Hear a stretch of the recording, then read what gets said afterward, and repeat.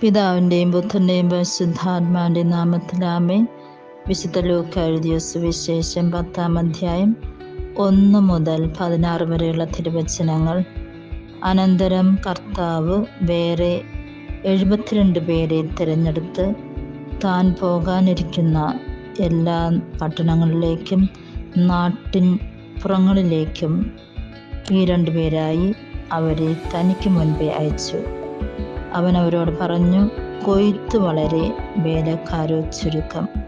അതിനാൽ കൊയ്ത്തിന് വേലക്കാരെ അയക്കുവാൻ കൊയ്ത്തിൻ്റെ നാഥനോട് നിങ്ങൾ പ്രാർത്ഥിക്കുവിൻ.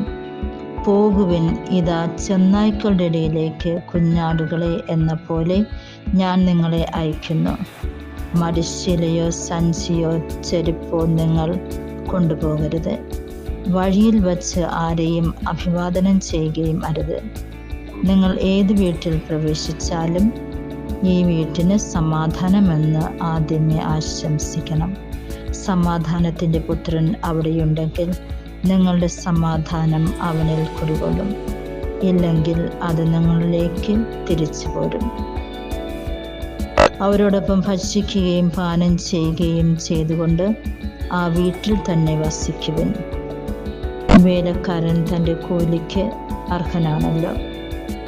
നിങ്ങൾ വീട് തോറും ചുറ്റി നടക്കരുത്. ഏതെങ്കിലും നഗരത്തിൽ നിങ്ങൾ പ്രവേശിക്കുകയും അവർ നിങ്ങളെ സ്വീകരിക്കുകയും ചെയ്യുമ്പോൾ നിങ്ങൾക്ക് വിളമ്പുന്നത് ഭക്ഷിക്കുവിൻ. അവിടെയുള്ള രോഗികളെ സുഖപ്പെടുത്തുവിൻ.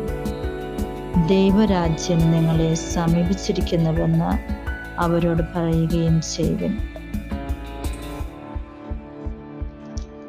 ഈ വചനഭാഗത്ത് യേശു നമ്മെ ഓർമ്മപ്പെടുത്തുന്നത് നാം യേശുവിൻ്റെ സാക്ഷികളായിട്ട്, വചനപ്രഘോഷകരായിട്ട് ജീവിക്കുന്നതിന് വേണ്ടി തന്നെ നാം ഭവനങ്ങളിൽ കയറുമ്പോൾ ആ ഭവനത്തിന് സമാധാനം ആശംസിക്കണമെന്ന് യേശു നമ്മെ ഓർമ്മപ്പെടുത്തുന്നു. അവിടെയുള്ള രോഗിയെ സുഖപ്പെടുത്തണമെന്ന് യേശു നമ്മിൽ നിന്നും ആഗ്രഹിക്കുന്നു.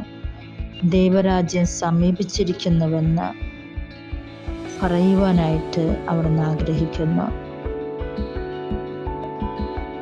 ആ നഗരങ്ങളിൽ നമ്മൾ പോകുമ്പോൾ അവിടെ എവിടെയാണോ നമ്മളെ സ്വീകരിക്കുന്നത് അവിടെ ആയിരിക്കുവാനായിട്ട് യേശു നമ്മിൽ നിന്നും ആഗ്രഹിക്കുന്നുണ്ട്. യേശുവിന് വേണ്ടി നമ്മുടെ സാന്നിധ്യവും കഴിവും സമയവും ഒക്കെ നൽകാം. ഇന്ന് തിരുസഭ വിശുദ്ധ ഫ്രാൻസിസ് സേവ്യറിൻ്റെ തിരുനാൾ ആഘോഷിക്കുന്നു. സ്വന്തം നാടും രാജ്യവും ഒക്കെയും വിട്ട് ഇന്ത്യയിലേക്ക് വന്ന ആ വിശുദ്ധൻ എത്രമാത്രം ആത്മാക്കളെ ഇന്ത്യയിൽ നിന്നും നേടിയെടുത്തു. നമ്മൾക്കും വിശുദ്ധ ഫ്രാൻസിസ് സേവ്യറിനെ പോലെ ആകാം. അദ്ദേഹത്തിൻ്റെ ശരീരം അദ്ദേഹത്തിൻ്റെ ജീവിതകാലത്ത് വിശുദ്ധിയിൽ സൂക്ഷിച്ചതുകൊണ്ട് ഇപ്പോഴും ഗോവയിൽ അഴുകാതെ തന്നെ ദൈവം അതിനെ സംരക്ഷിക്കുന്നുണ്ട്. നമ്മുടെ ശരീരവും വിശുദ്ധിയിൽ നമ്മൾക്ക് വയ്ക്കാം. നമ്മുടെ ചിന്തകളും വാക്കുകളും പ്രവർത്തനങ്ങളൊക്കെയും സ്വർഗത്തിന് വേണ്ടി നമുക്ക് സമർപ്പിക്കാം. അതിനായിട്ടുള്ള കൃപാവരങ്ങൾ പിതാവായ ദൈവം നമ്മൾക്ക് ഓരോരുത്തർക്കും നൽകട്ടെ എന്ന് പ്രാർത്ഥിക്കുന്നു.